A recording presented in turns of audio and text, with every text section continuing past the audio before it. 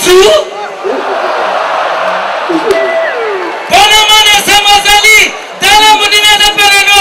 Oza la mabali, oza la mwasi. Pasa ya bisous. Zamba ni bagana ye. Bébé. Ubanga te. Tangu yopo kokola mani makamtatana na mama na basalaka. Yopo bena kosala. Omone sali bébé plaisir bébé sali nini? Aseki. Wabili kamango. Bébé yem sakaya. Soki yopo. Alubi bazao yukate. Ingénieur de son. Ingénieur. Boyoki. Bon, soki boyoki te bazo répondre ndengeni. Boyoki.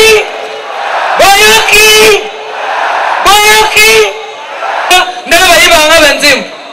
Nazo bando kwenda na Michael Jackson. Boyoki. Michael Jackson ayiba nga nzembo na dance. Nazo kwenda na Michael Jackson. Bota lelo koyo.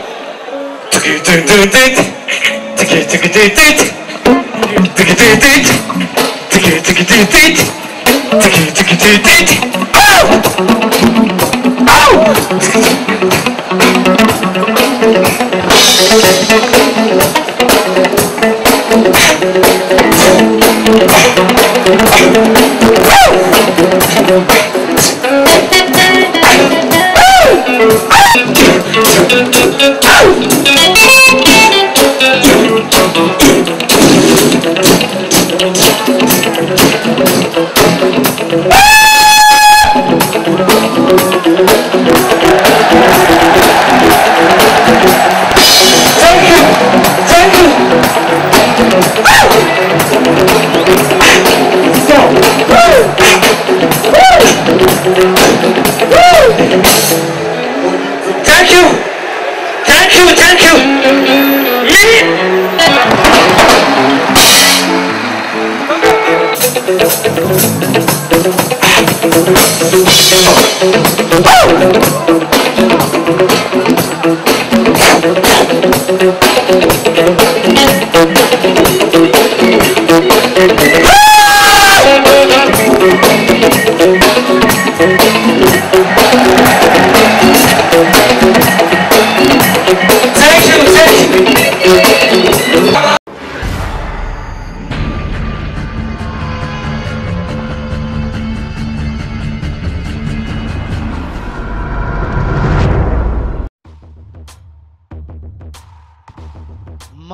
Masolo, vraiment solo yango ye na kati ya kini. Balui pona ba kinwa résidence Kifwani. Yango yo na kati ya kini na kati ya mbiti ya pigeon. Balui pona ba chambre deluxe. Ba chambre ya bien, ba chambre propre. Hôtel deluxe yango na kati ya kini na kati ya mbiti ya pigeon. Tozali awa na résidence Kiamfwana. Ils sont situés dans la commune de Ngalema, dans le quartier Binza Pigeon, sur l'avenue Congo Yassika, numéro 22. Alors là, nous vous offrons des beaux appartements pour notre séjour dans le quartier Kin. L'air bozo y a na Kin, notre séjour dans les vacances. Tout bosengeli na ba logement ya kitoko yango tozo kotia à disposition na bino ba appartement mibale au bozo pour visiter au pe mona ezali donc appartement moko ya niveau moko très somptueux eza de la qualité moko bien et puis très propre. Je crois que beaucoup mona ba image intina tia commentaire mingi beaucoup mona ba image tozo ko répéter adresse na biso ezali bongo na avenue Congo Yassika numéro 22 quartier Binza Pigeon commune Ngalema. Numéro ya téléphone na biso ezali 082 42 00 716. Pour na batu bazali na poto ko benga monsieur Kiamfwana na numéro plus 33 62 87 23 782. Voilà.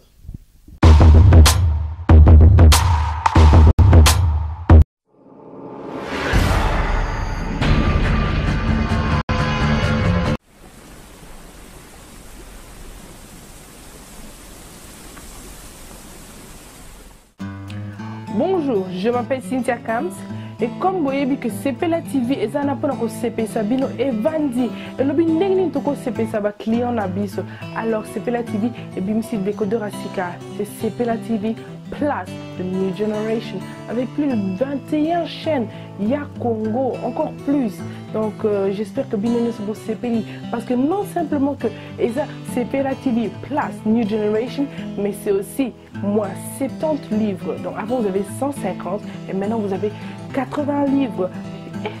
Vraiment, cadeau à maman. Oui,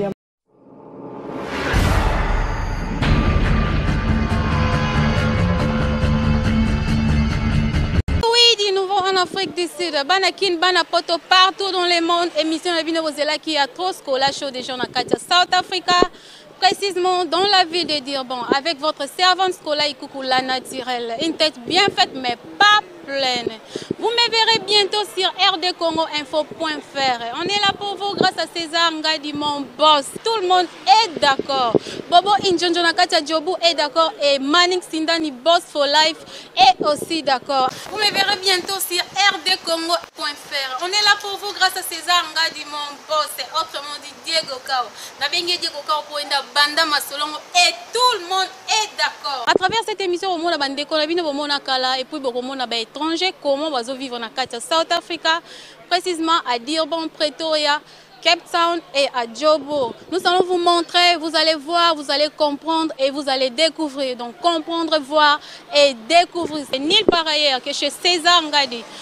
Conseil Nabino va remarquer ça welcome à l'émission Nabiso numéro Nabiso affiché à l'écran. Merci beaucoup pour notre prière Nabino. Merci beaucoup sans oublier na papa nanga Molimo pasteur Ogi Faya et papa nanga papa Moïse Mupenda na Katia Deben. Merci na grand caméraman Chagi Mayala na Katia Jobe. Ba image moko somo, ba image à solo. Oh Cléboa, merci.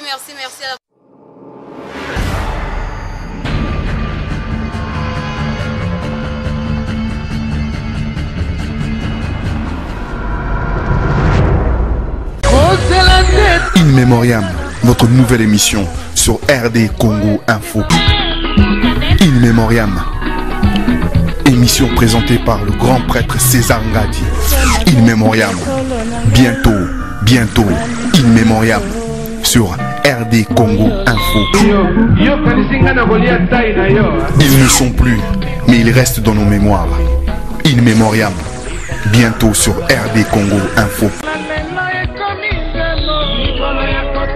In Memoriam, une nouvelle émission présentée par le grand prêtre César Ngadi. In Memoriam. Ils ont fait danser, ils ont fait chanter l'Afrique. Mais aujourd'hui, ils ne sont plus. Votre nouvelle émission, In Memoriam.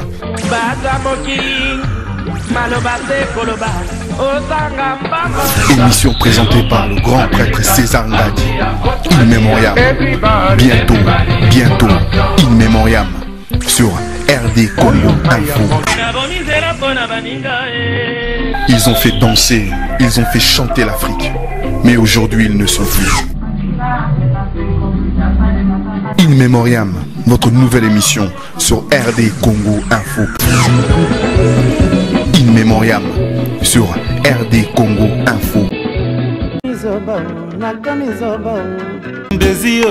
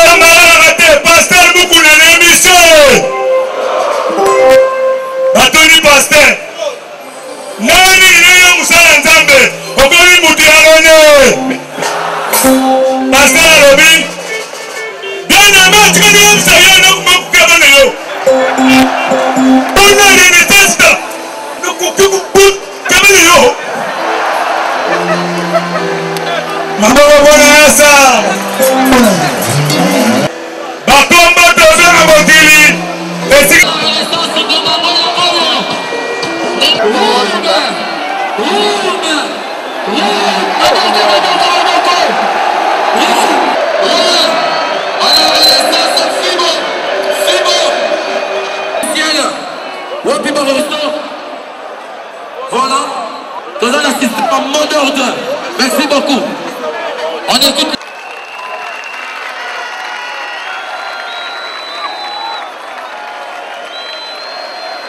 Voilà. Maboko Makasi. Maboko Makasi. Papa. La renaissance du Congo. C'est du monde de Chelsea. Ouais. Merci. Maboko. Merci Figo.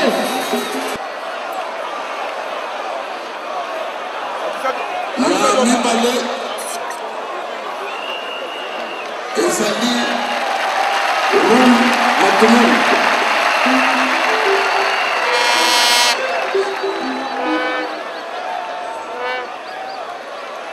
maintenant Maboko telema pepa dosali musa matumana rumba na kati ya renaissance Congo lelo aza compté parmi les joueurs de la FC Renaissance du Congo. Maboko.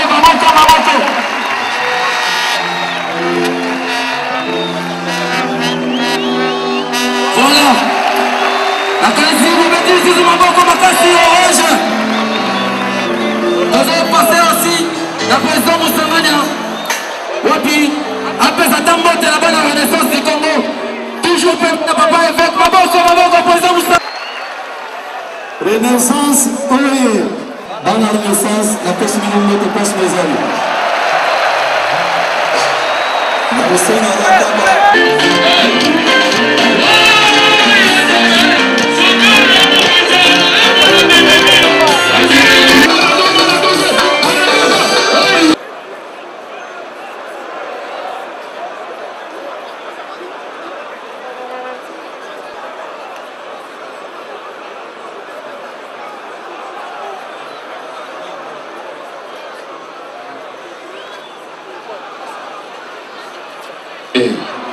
Ok.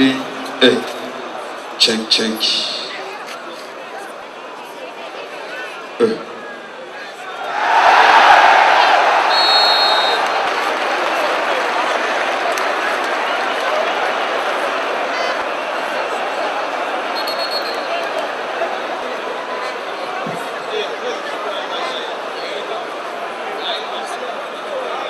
Ok.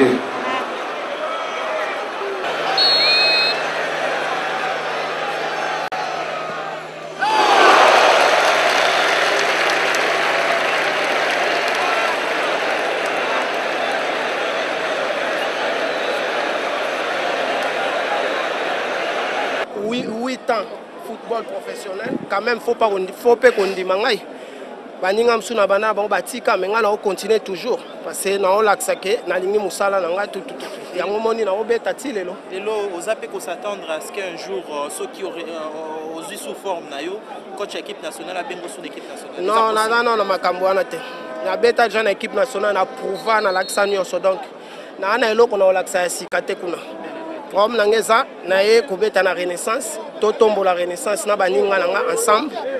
Problème est si so bango mo ba umona bazwanga te ngai côté wana kuna na problème eloko olukaso kuna te donc musala na ngeza na beta balle na c'est fini. Merci. OK to pesi bango merci na journal elo donc na accueil na bango vraiment et ça libiso vraiment bien par rapport que to équipe asika tant de ba supporter va fond limité ma boy ba mbibi na façon et quelle est dette morale vis-à-vis Nabiso, acteur principal sur le terrain. On va toujours travailler dur parce que la compétition est liboso. Et quand la carrière il faut travailler pour avoir des résultats malades. Donc, nous sommes les supporters Nabiso et la Renaissance. Soutien vis-à-vis Nabiso sur le match et vous avez vraiment important pour nous motiver les joueurs na bango. Donc, na sengi bango merci na nyonso basali pour Nabiso donc. Zambaza. Bon, en tout cas, ils ont ébélé au mais aux TV. Tu vois en conclusion que Aza papa ya batunyoso, ayamba mutunyoso soko yolo aye. Après cette opportunité bo solo là, bo solo li donc Aza papa moko Aza bien ayamba bana nyoso donc ils ont à gauche à droite ayamba tout le monde donc on a cette opportunité okutana ye to solo li donc so muninga naza a c'est que to solo li malam. Donc, le camion c'est la rallye solo. Ce que vous savez, c'est bien pour mes athées. Est-ce que vous pouvez apporter un plus à cette émission? Ah, aussi, là, on a un matin. Tu es sali 4 ans. J'espère que tu as une année. On a bêti dans la club Moroté. J'espère que tu as travaillé pour remonter la performance sur le terrain. Donc, on a travaillé dur. Et vous allez penga moroté na ba collègue nanga donc c'est ça quoi donc oya go bang ezala ngote musala na biso de football na retravailler pour na koma toujours na niveau nanga merci Basege basobenga nda Basege bongo maya moto Basege bongo lipoke mongusu na makemba Honorable Serge Kaye.